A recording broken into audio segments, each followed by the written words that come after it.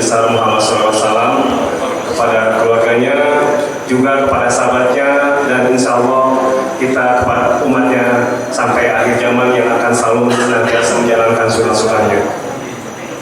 Sebelum acara dimulai, mengingatkan untuk tabungan kurban yang rutin atau yang mendadak akan tabungan kurban dipersilakan menghubungi panitia setelah sholat Isya.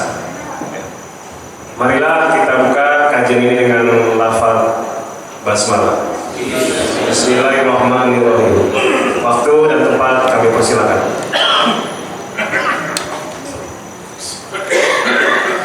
Assalamualaikum warahmatullahi wabarakatuh.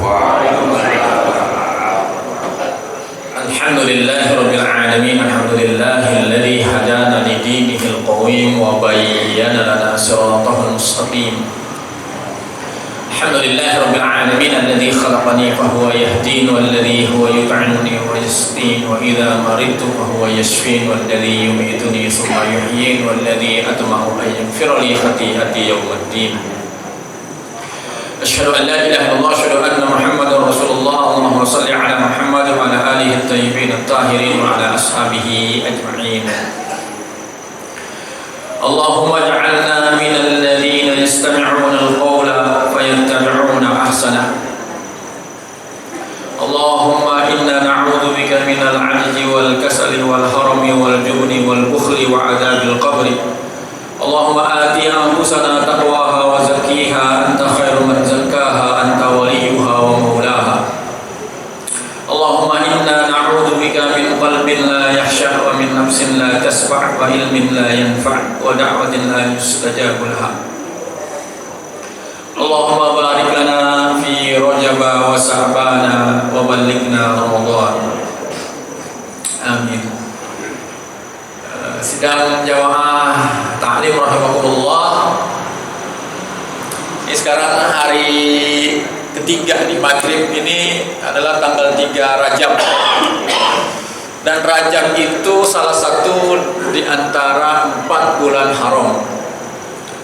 Kata Allah itu, a'udzubillahi minasyaitonir rajim, inna 'iddatash syuhuri 'indallahi isna 'ashara syahran fi kitabillahi yauma khalaqas samawati wal ardh minha arba'atun hurum dzalika dinul qayyim fala tadlimu bihinna anfusakum. Jadi hitungan bulan dalam setahun di sisi Allah itu ada 12. Dari 12 bulan itu minha arba'atun hurum, 4 bulan haram. Dan kemudian fala tadlimu bihinna anfusakum. Jadi jangan kamu berbuat zolim kepada diri kamu sendiri di 4 bulan haram. Yang sebetulnya berbuat zolim di bulan apa baik boleh. Kagak boleh itu namanya zalim di bulan apa saja. Tapi di khusus 4 bulan haram lebih nggak boleh. Jadi orang Islam tuh setahunnya perlakuannya lain-lain terhadap bulan-bulan. Jadi dia nggak drolong gitu, sama aja semua. Kayak orang di rumah sakit. Kayak orang di rumah sakit kan mana maghrib, mana subuh, mana johor, mana asar kagak ketahuan. Karena pakai AC, lampu gitu, jadi orang nggak ngeh. Kalau lagi dirawat di rumah sakit kan gitu ya. Mana pagi, mana johor, mana asar, mana maghrib, mana isya, mana subuh sama aja. Hujan apa kagak berasa. Jadi kadang anak-anak yang sekolah di sekolah mahal juga begitu. Ruang kelasnya nggak tahu dia hujan apa kagak saking sekolahannya mahal. Jadi 12 bulan dalam setahun itu, kalau Ramadan kita puasa. Lain sama bulan Syawal. Kalau bulan Syawal kita Idul Fitri, kita meningkatkan takwa. Kalau bulan Dzulhijjah kita haji, kita puasa Arafah, kita berkurban. Jadi lain-lain penyikapannya. Jadi enggak datar, rata gitu. Jadi dia ada belok kanannya dikit, ada belok kirinya, ada nanjangnya, ada turunnya, ada tanggulnya. Nah, jadi kita waspada. Ini kayak sekarang nih, Bu, tiba-tiba ada yang nepok-nepok pundak. Pok sini dah, saya bilangin. Itu kan tetangga kita kan, jangan. Ini bulan Rajab.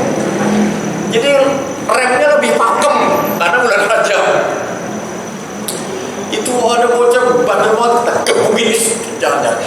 Bulan Rajab Rajab ini. Nah, gitu jadi remnya lebih pakem kalau bulan Rajab. Jangan disamain baik. Karena ini bulan haram, bahkan menurut para ulama bulan Rajab itu kan salasa mutawaliyat, yang 3 berurutan, Dzulqa'dah, Dzulhijjah, wa Muharram. Wa Rajab al-Mudhar, yang 1 bisa sendiri, Rajab alladzi baina Jumada wa Sya'ban, yang letaknya antara Jumada dan akhir dan Sya'ban. Nah, menurut para ulama dari 4 bulan haram ini yang paling haram itu adalah Rajab. Bulan ini nih, Rajab nih.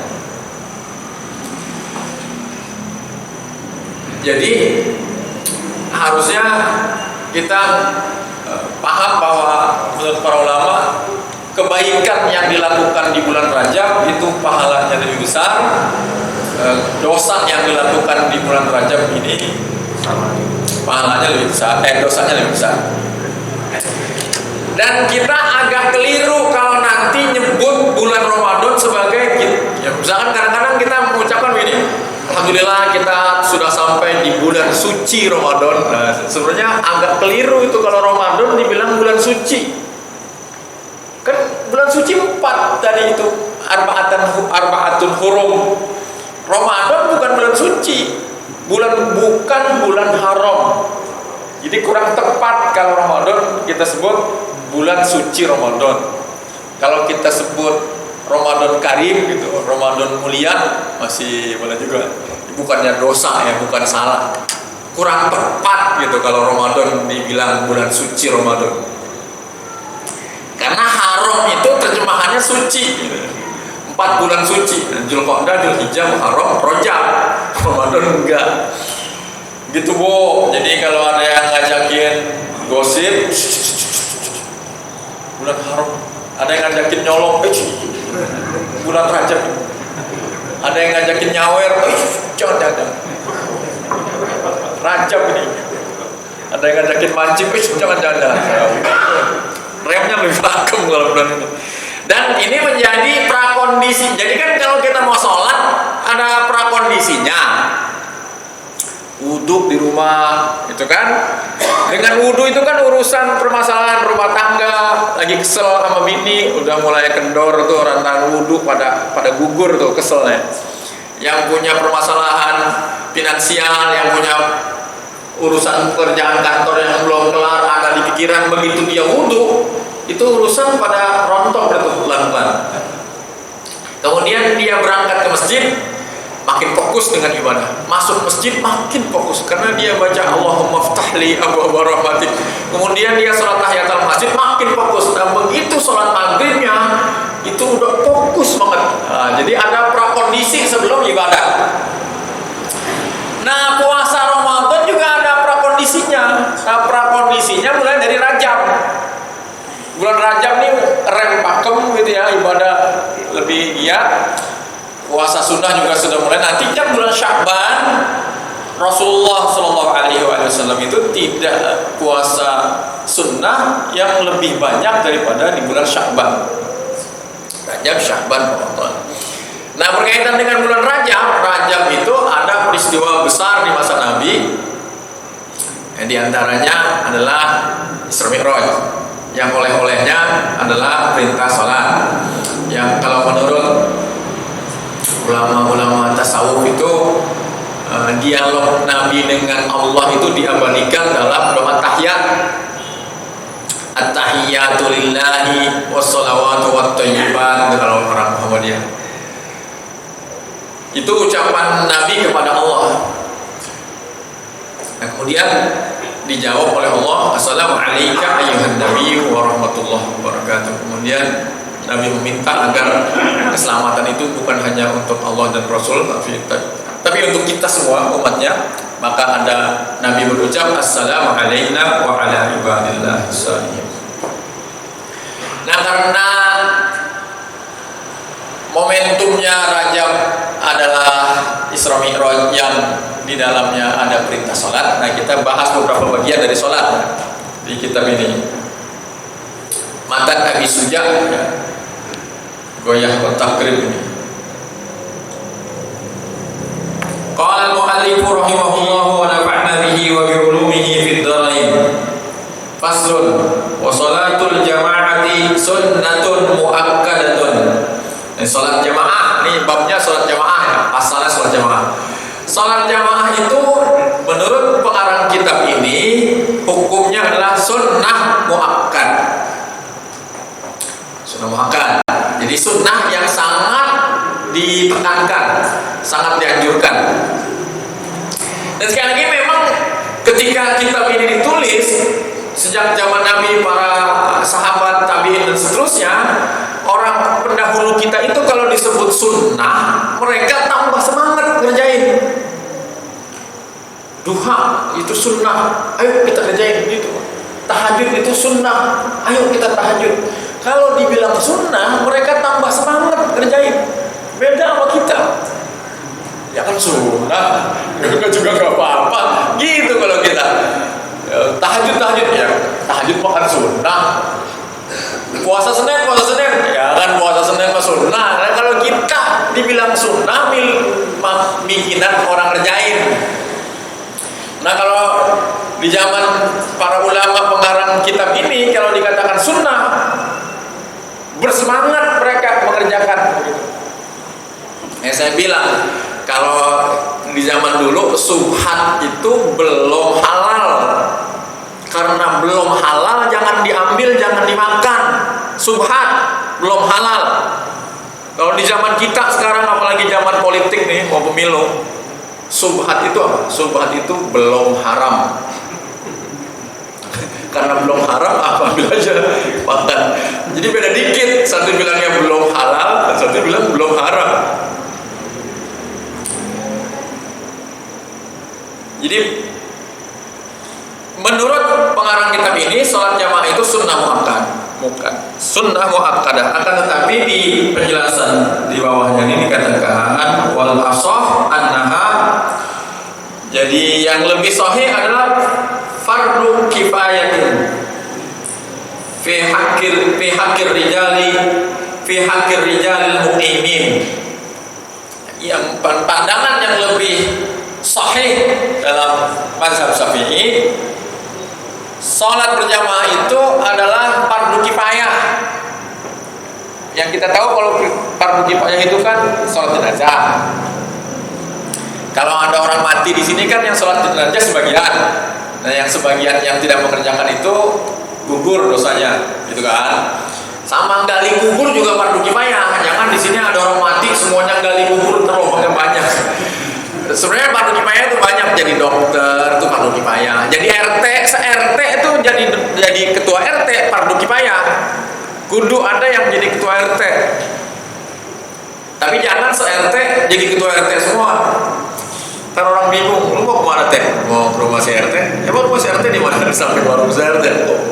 RT semua. Jadi fardu kifayah. Karena fardu kifayah, jadi pandangan yang muktamad di mazhab Syafi'i, salat berjamaah itu fardu kifayah.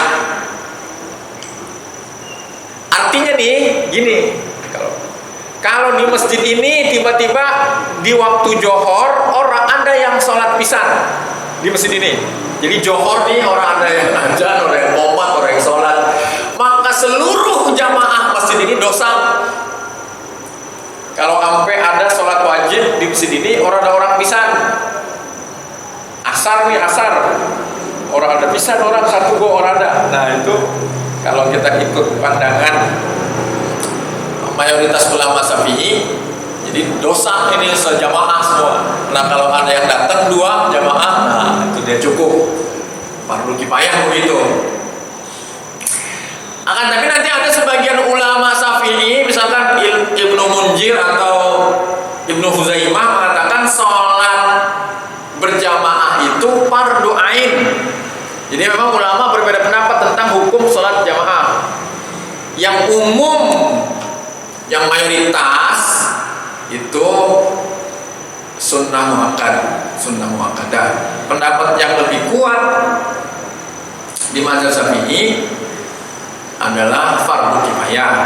Akan tapi ada sebagian ulama mengatakan sholat berjamaah itu fardu ain, artinya wajib bagi setiap orang. Nah ini kalau kajian sosiologisnya begini Pak. Kalau orang NU, orang Muhammadiyah kan mayoritas menganggap sholat berjamaah itu sunnah muakkad. Tapi kalau orang salaf nih, sebagian besar ulama mazhab Hambali itu mengatakan sholat berjamaah itu wajib fardu ain. Orang NU menganggapnya sunnah muakkad, orang Muhammadiyah juga menganggap sunnah muakkad. Nah kalau orang salaf menganggapnya fardu ain wajib. Ini kajiannya kajian sosiologis nih, bukan kajian fikih. Makanya nanti ada banyak orang berebut masjid. Tadinya masjid NU, karena orang NU-nya jarang ke masjid, ya kan sunnah muakkad. Nah kata orang salaf wajib di masjid. Akhirnya yang rajin ke masjid orang-orang salafi itu. Orang Muhammadiyah juga begitu. Ya kan sunnah muakkad, di rumah aja, di kantor aja. Akhirnya yang ke masjid siapa? Nah orang-orang salaf. Nah akhirnya ada di sejumlah tempat terjadi perebutan masjid gitu. Bahkan saya mendapati ini kajian, ini tidak merata ya, ini hanya kasus ya. Di sejumlah perumahan itu begitu Pak. Misalkan satu perumahan nih ada 100 rumah, 10 pembeli pertama misalkan orang Muhammadiyah, ada masjid, masjidnya dirawat dengan cara Muhammadiyah. Setelah sudah 50 rumah terisi, banyakkan orang NU, akhirnya masjidnya berubah corak menjadi versi NU. Tambah lagi misalkan tambahannya orang yang agak Ikhwanul Muslimin, orang-orang PKS gitu. Nah nanti di sejumlah perumahan tuh pergantian DKM itu jadi agak seru gitu, agak dinamis gitu. Agak berkonflik agak dinamis begitu Pak. Tapi kadang perselisihan kaum muslimin itu berkah juga. Dia punya yayasan, berebut, akhirnya misah, gua ngejayayasan sendiri, akhirnya ada 2 yayasan. Terus ribut lagi, gua ngejayayasan lagi, akhirnya ada 3 yayasan sama besar. Kalau dia nggak ribut, yayasannya 1, segitu-gitu juga. Jadi sunnah muakkad kalau di kitab ini. Tapi nanti jangan kaget kalau ada yang mengatakan fardu ain. Ada yang mengatakan dia adalah fardu kifayah. Dan ini lirijali wan nisa'i, 5 rawahul Bukhari. Jadi ini bagi laki-laki dan bagi perempuan. Salat di masjid berjamaah itu adalah sunnah muakkad. Makanya kan ada hadis mengatakan khairu sufufir rijal awwaluha wa syarruha akhiruha wa khairu sufufin nisa akhiruha wa syarruha awwaluha. Sebaik-baik saf laki-laki itu yang paling depan, yang paling buruk saf laki-laki itu yang paling belakang. Sebaik-baik saf perempuan yang paling belakang, seburuk-buruk saf perempuan yang paling depan. Itu sabda Nabi. Itu menandakan bahwa di masa Nabi perempuan sholat di masjid gitu, sholat berjamaah, karena ada sabda yang mengatakan begitu. Akan tapi ini meskipun dikata buruk, maksudnya bukan buruk Pak ya. Khairu sufufir rijal awwaluha wa syarruha akhiruha. Sebaik-baik saf laki-laki yang paling depan, seburuk-buruk saf laki-laki yang paling belakang. Itu disebutnya buruk, itu maksudnya bukan buruk Pak. Jadi kalau udah di masjid itu udah baik semua, yang paling depan maupun yang paling belakang.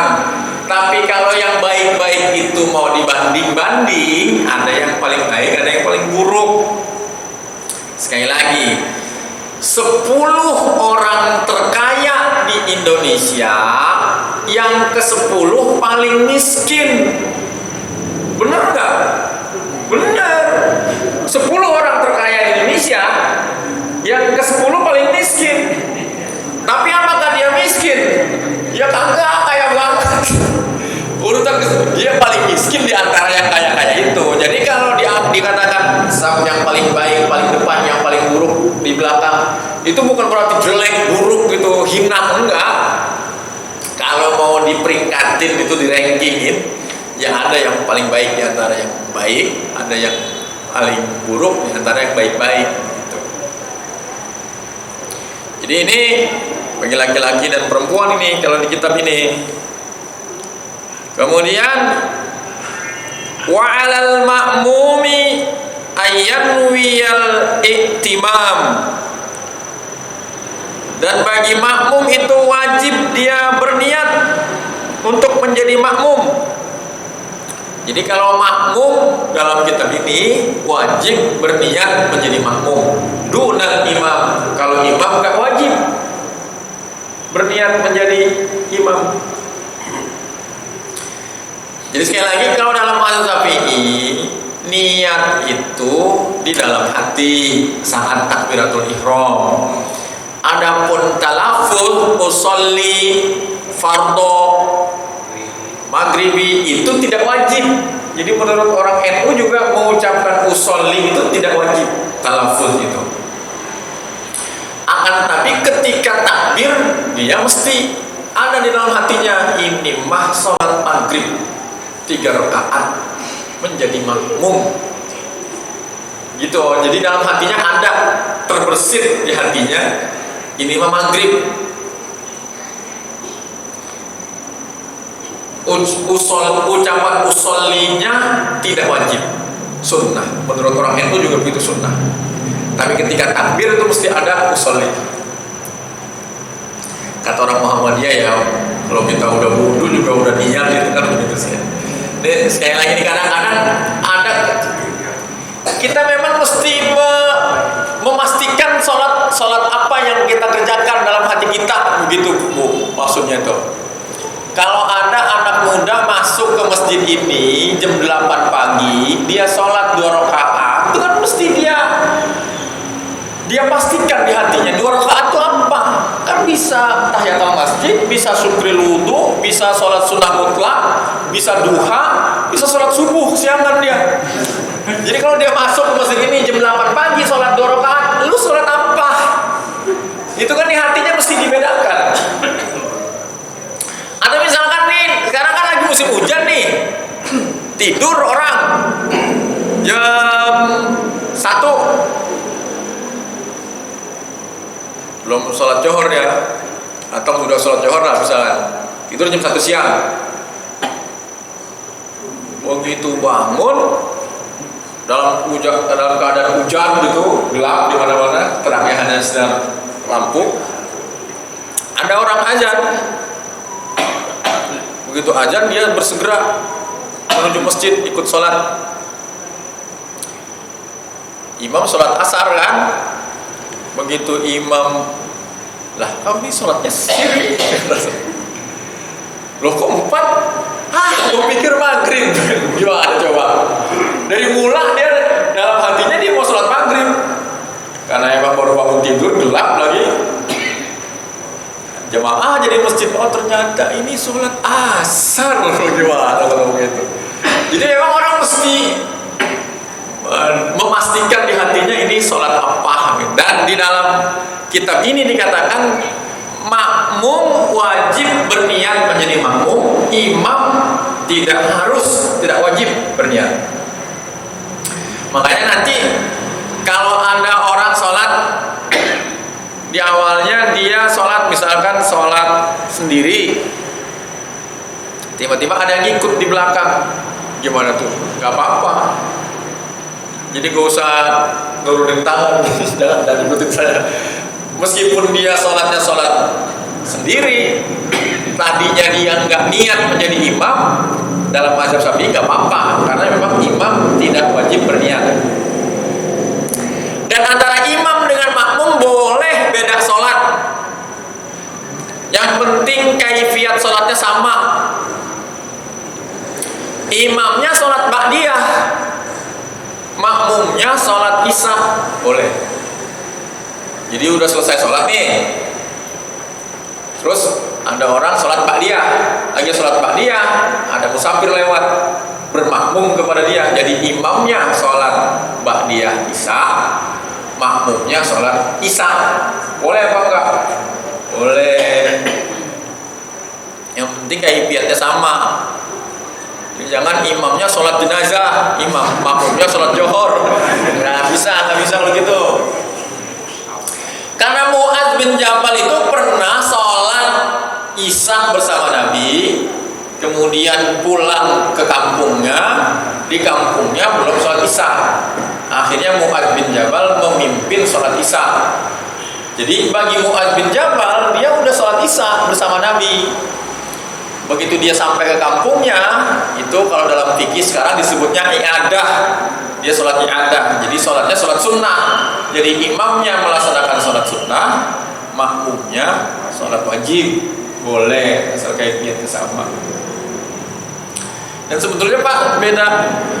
Sebenarnya kalau rincian-rincian itu nanti ulama beda pendapatnya. Misalkan begini, sholat maghrib nih, masbuk ketinggalan. Ini makmum masbuk masuk di rakaat ketiga. Jadi imamnya lagi kerjain rakaat ketiga, makmum masuk ikut rakaat ketiga. Nah itu nanti kalau dalam mazhab Maliki, karena berarti kan imam melaksanakan rakaat ketiga, makmum rakaat berapa? Rakaat pertama kan. Sementara rakaat pertama dengan rakaat ketiga kaifiatnya kan lain. Kalau rakaat pertama mah nggak ada tahiyatnya kan, nggak tasyahudnya, nggak ada at-tahiyatulillahnya. Tapi kalau rakaat ketiga kan ada tahiyatnya. Si imam rakaat ketiga ada tahiyatnya dong, makmum rakaat pertama harusnya kan nggak ada tahiyatnya. Nah makanya kalau dalam mazhab Maliki itu nanti sebagiannya ada yang mengatakan kalau imamnya rakaat ketiga, makmumnya rakaat ketiga juga, meskipun dia masbuk. Jadi begitu imamnya salam, makmum mengerjakan rakaat satu dan mengerjakan rakaat kedua. Rakaat ketiganya nggak usah, udah tadi paling depan bersama imam. Repot-repot dah. Ya, tapi itu nggak berlaku kalau di kita. Tapi nanti kalau ada yang berpandangan begitu, oh iya begitu. Karena logikanya begitu, karena kaifiatnya lain. Lagi pula ju'ilal imam liyu'tam lebih. Imam itu dijadikan untuk diikutin. Ya kalau imamnya rakaat ketiga, lu rakaat tiga juga dong. Gak bisa imam rakaat ketiga, lu rakaat pertama, karena kaifiatnya berbeda. Tapi kalau di mazhab yang lain, mazhab Syafi'i yang kita sedang bahas, bisa begitu. Imamnya rakaat ketiga, makmumnya ikut rakaat pertama. Begitu Pak. Jadi kalau makmum wajib berniat menjadi makmum, imam tidak wajib berniat menjadi imam. Wa yajuzu ayyatammal hurru bil abdi wal balighu bil murahiqi. Dan boleh orang merdeka bermakmum kepada budak. Ya, kalau sekarang kan udah nggak ada ya budak kan. Jadi orang merdeka boleh diimamin oleh budak, boleh. Kan?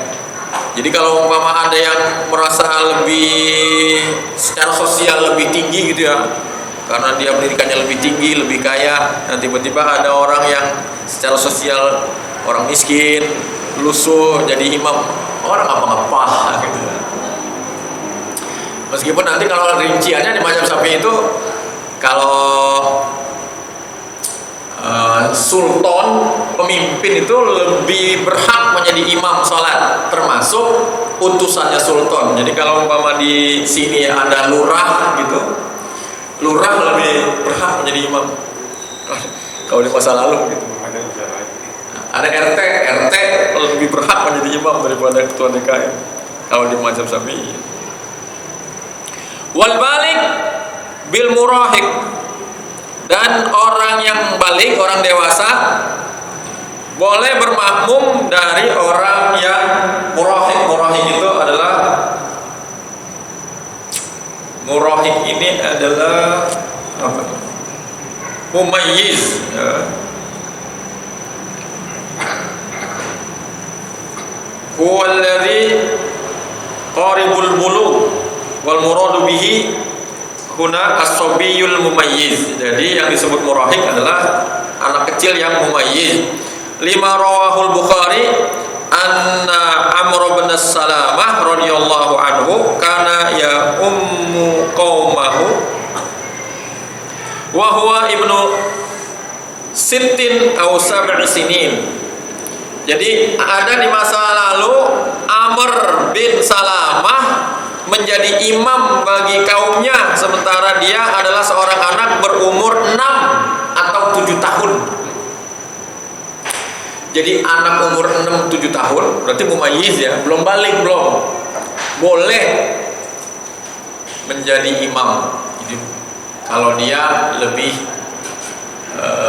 pinter. Kan kalau di hadis itu ya ummul qaum aqra'uhum li kitabillah fa in kanu fi qiraati sawaan wa a'lamuhum bi sunnah fa in kanu fi sunnati sawaan fa aqdamuhum hijrah wa in fa in kanu fi hijrati sawaan fa aqdamuhum silman wala ya umman ar-rajulur rajula fi sultanihi wala yaqudu fi baitihi ala takrimatihi illa bi'idnih. Yang mengimami suatu kaum adalah aqra'uhum li kitabillah, adalah orang yang aqra'. Aqra' itu artinya paling baca dari kitab Allah. Meskipun kalau di dalam mazhab Syafi'i aqra' itu maksudnya adalah afqah, orang yang paling ngerti fikih. Ya kalau dalam mazhab lain afqah itu artinya yang paling bisa baca Quran. Paling bisa itu berarti bacaannya paling benar, makhorijnya, tajwidnya paling banyak hafalannya. Tuh. Tapi kalau di mazhab Syafi'i yang paling mengerti fikih yang disebut aqra' itu yang lebih berhak menjadi imam. Kenapa yang paling mengerti fikih? Jadi misalkan ada ustaz, hafalannya sedikit, tapi dia baca kitabnya banyak. Ada anak muda, hafalannya banyak, tapi pengetahuan fikihnya dikit. Mana yang lebih utama menjadi imam? Nah, kalau dalam mazhab Syafi'i lebih utama yang pengetahuan fikihnya lebih banyak. Karena menjadi imam itu bukan hanya bacaan sholat. Kalau ada kejadian-kejadian khusus, nanti imam mengerti. Apalagi kalau dalam mazhab Syafi'i kan dia mazhab yang paling ini ya, paling rinci mengatur fikih itu. Sekali lagi, misal dalam mazhab Syafi'i itu kalau lagi sholat nih, peci nih diberakin cicak, nemplok sini di tai nih, tai cicak. Itu kalau tidak dibuang seketika batal sholat. Ada tai cicaknya. Atau lagi sholat, kucing masuk, jalan dia di sela-sela kaki kita kan, main keliling kaki imam. Pas lagi di belakang imam, itu kucing ngangkat kaki belakang, kencing di belakang. Jadi kain sarung imam bagian belakangnya dikencingin kucing. Karena kalau dalam mazhab Syafi'i batal itu imam, karena kain sarungnya najis. Nah, dia kagak tahu kan. Nah, gimana tuh caranya? Nah, nanti kalau di mazhab Syafi'i yang begitu yang rinci-rinci gitu diatur tuh. Jadi kalau ada imam pecinya dimerahin cicak, nanti makmum yang belakang buka pecinya imam, taruh di samping dia tuh. Ada tai cicaknya. Kan jadi imamnya mesti orang yang ngerti, yang di belakang imam mesti orang yang ngerti. Itu kalau peci. Kalau yang dikencingin kain sarung, apa kita nodorin dia? Batal deh.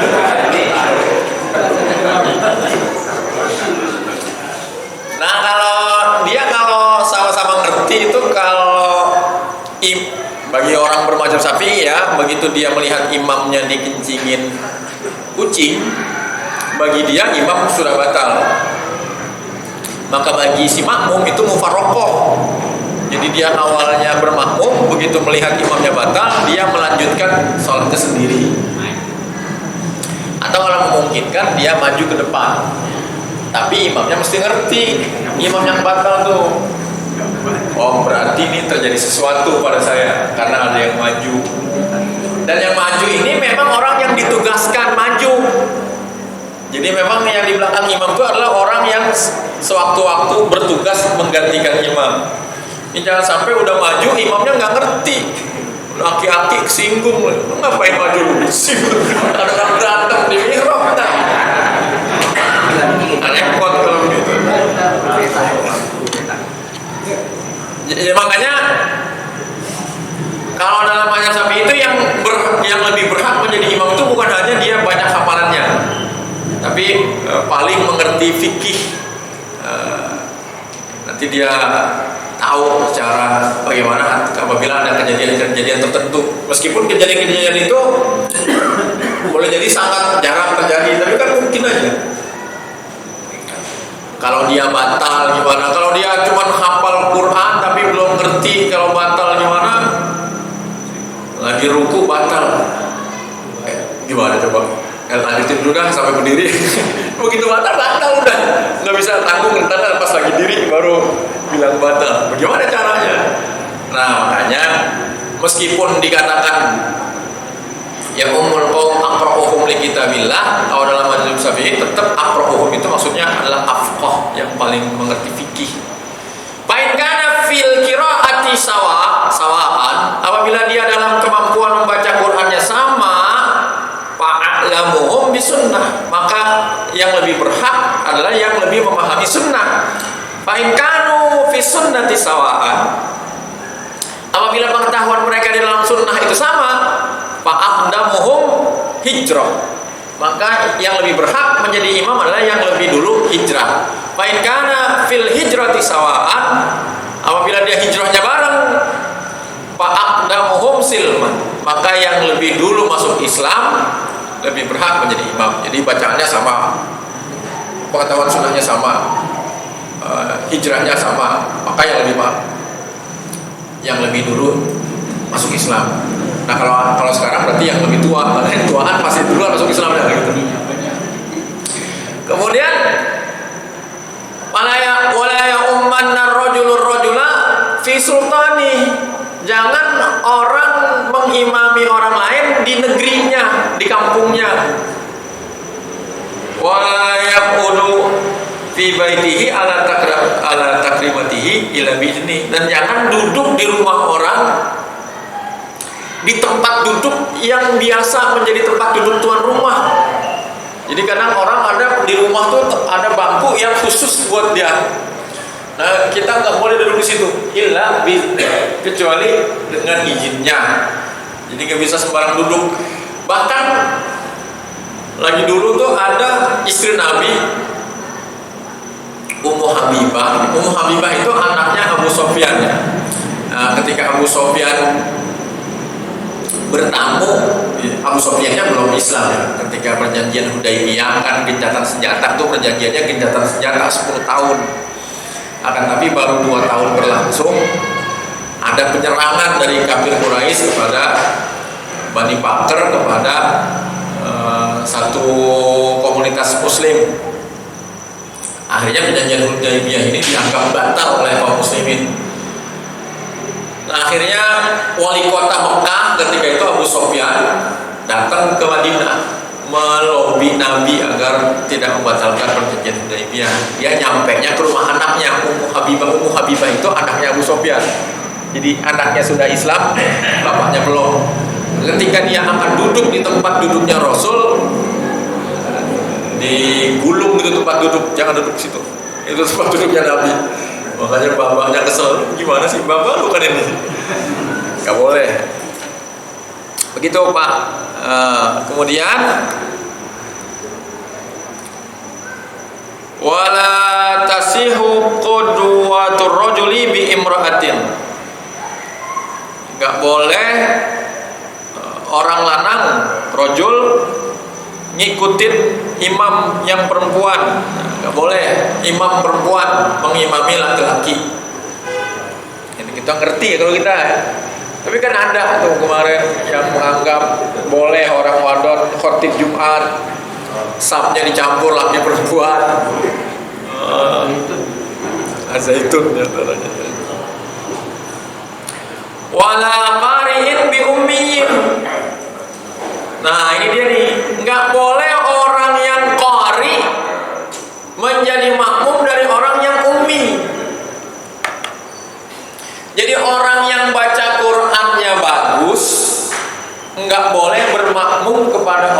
yang baca Qurannya jelek. Utamanya kalau dalam penjelasannya ini adalah Al-Fatihah, dalam pembacaan Al-Fatihah. Al-Qari huwa alladhi yani. Jadi yang dimaksud adalah qira'at al-Fatihah. Karena amala sholata liman lam yaqra bi Fatihatil kitab. Jadi tidak dianggap sholat apabila orang tidak membaca Al-Fatihah. Jadi kalau ada orang membaca Al-Fatihah, misalkan dia tidak bisa membedakan antara alif dengan ain gitu ya. Dia nggak bisa membedakan mana hak besar, hak kecil, mana gunnah, mana izhar. Nah, orang yang lebih pintar dari dia nggak boleh bermakmum kepada dia kalau dalam majelis Syafi'i gitu. Jadi kalau umpama orang baca Qurannya bagus, terus imamnya bacanya jelek, dia kudu pulang ini. Imamnya sih terusin, imamnya mah nggak batal imamnya mah, tapi si makmum ini yang baca ini dalam bahasa Syafi'i ya. Jadi si makmum ini mesti mengulang sholatnya, kagak sah dia. Makanya kalau orang yang bacaannya sudah ditahsin gitu ya, ada sertifikatnya bahwa bacaannya sudah terstandar, kemudian dia sholat di perjalanan, di rest area gitu, maju aja jadi imam udah. Kalau emang sudah terstandar, jangan silakan. Dan ada cerita di mana orang Muhammadiyah saking tawaduknya di satu musyawarah gitu, dan permusyawarahan tokoh-tokoh Muhammadiyah datang di tempat itu. Ketika mau sholat, nggak ada yang mau jadi imam, antum aja. Nggak ada yang maju, pokoknya semua silakan fadhil. Akhirnya tiba-tiba ada yang maju mimpin sholat dengan gaya sholat yang aneh. Kadang rukunya lama, kadang bentar, ada yang sujudnya lama, ada yang sujud bentar. Habis sholat pada nanya, siapa tadi imam kita? Akhirnya ada nanya ke tetangga masjid, itu siapa pak? Itu orang gila. Orang stres itu. Nah, akhirnya para ustadz, para kiai dipimpin sholat orang gila gara-gara fadl. Jadi kalau memang memiliki kemampuan baca Quran yang bagus, ya jadi imam, jangan ragu-ragu. Jadi nggak boleh yang bacaannya lebih bagus menjadi makmum dari orang yang bacaannya buruk. Bahkan kalau dalam mazhab Syafi'i, orang yang pelok nggak boleh jadi imam, kecuali bagi orang pelok yang lain, yang bilang rohnya itu sampai jadi lam gitu ya. Nggak bisa dia Bismillahirrahmanirrahim, ya dia ngelok. Jadi nggak bisa berak dia, bisanya karena nggak bisa bilang R. Nah kalau dalam mazhab Syafi'i nggak boleh. Termasuk orang yang memiliki ini ya cacat tertentu ya di anggota badan sehingga gerakan sholatnya nggak sempurna. Nah, itu gara-gara kakinya apa? Kalau istilah orang ilmunya cengkrong gitu. Jadi dia nggak bisa melakukan gerakan sholat secara sempurna. Nah itu dia tidak dianjurkan menjadi imam. Karena imam itu kalau dalam bahasa fikih sebenarnya qudwah ya. Yang sampai dia keliru, nanti anak kecil niru. Sebenarnya dia bukan keliru, emang kakinya nggak bisa ditekuk di sana. Jadi begitu. Wa ayyu mawdu'in shalla fil masjid bi salatil imami fihi wa huwa alimun bi salatihi ajza'ahu malam yataqaddamu alaihi. Jadi orang di masjid boleh memilih sholat di bagian mana aja. Yang penting dia mengetahui gerak-gerik imam. Jadi orang bisa memilih sholat di dalam masjid di mana saja boleh. Yang penting dia mengetahui gerakan dan bacaan imam dan tidak mendahului imam.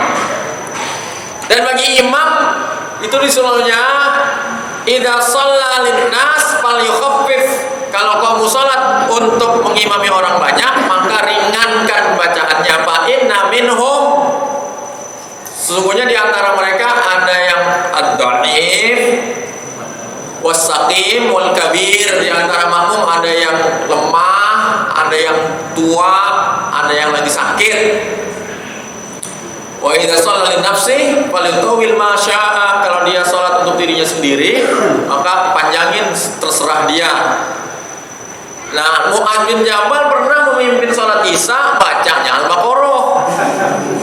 Nah, kemudian ada yang mufarokoh, dia udah duluan. Kemudian Mu'adz mengatakan, nih munafik nih orang. Karena dituduh munafik nih, dia ngadu kepada Nabi. Sekali lagi, kalau dalam Islam dituduh munafik lebih dahsyat daripada tuduhan kafir. Kalau di kita kan lebih gampang dituduh munafik ya daripada kafir. Ah, munafik lu, kayaknya oke-oke aja dituduh munafik. Padahal kalau munafik sama kafir lebih dahsyat munafik. Jadi kalau dituduh kafir marah, dituduh munafik lebih marah, harusnya begitu. Kalau di kita dituduh kafir, kenapa dulu bilang gua kafir? Ah, munafik lu. Dibilang munafik oke-oke aja deh. Nah, karena nih jamaahnya Mu'adz dibilang munafik, dia komplain kepada Rasul. Kemudian oleh Rasul yang ditegur bukan dia, justru Mu'adz bin Jabalnya. Ya Mu'adz, aturidu an takuna fatanan? Apakah kamu hendak menimbulkan fitnah? Idza ta'umun nas faqra. Kalau kamu mengimami orang, maka bacalah bisyamsi wa duhaha wasabbih isma rabbikal a'la wa iqra bismi rabbikal ladzi khalaq wal laili idza yaghsha. Nah, itu dia pilihannya kalau mengimami salat wajib disuruhnya wasamsi wa duhaha, wasabbih isma rabbikal a'la, iqra wal laili idza yaghsha. Itu pilihannya itu, atau yang setara itu. Akan tetapi itu untuk sholat wajib. Kalau sholatnya sholat tahajud, sholat taraweh, terserah imam. Ya, kalau sholatnya sholat isya mesti cepat. Tapi kalau sholat wajib yang paling panjang itu bagi imam adalah sholat subuh. Makanya dia disebut Quran al-Fajr ya. Ini udah isya ya? Cukup ya. Jadi ini sekali lagi kita bahas fikih ini dalam perspektif mazhab Syafi'i. Kalau nanti pada prakteknya kita tidak sebagaimana yang disampaikan di kitab ini, kita mengerti ini sebagai bagian dari penambahan literasi kita. Saya kembalikan ke pengatur acara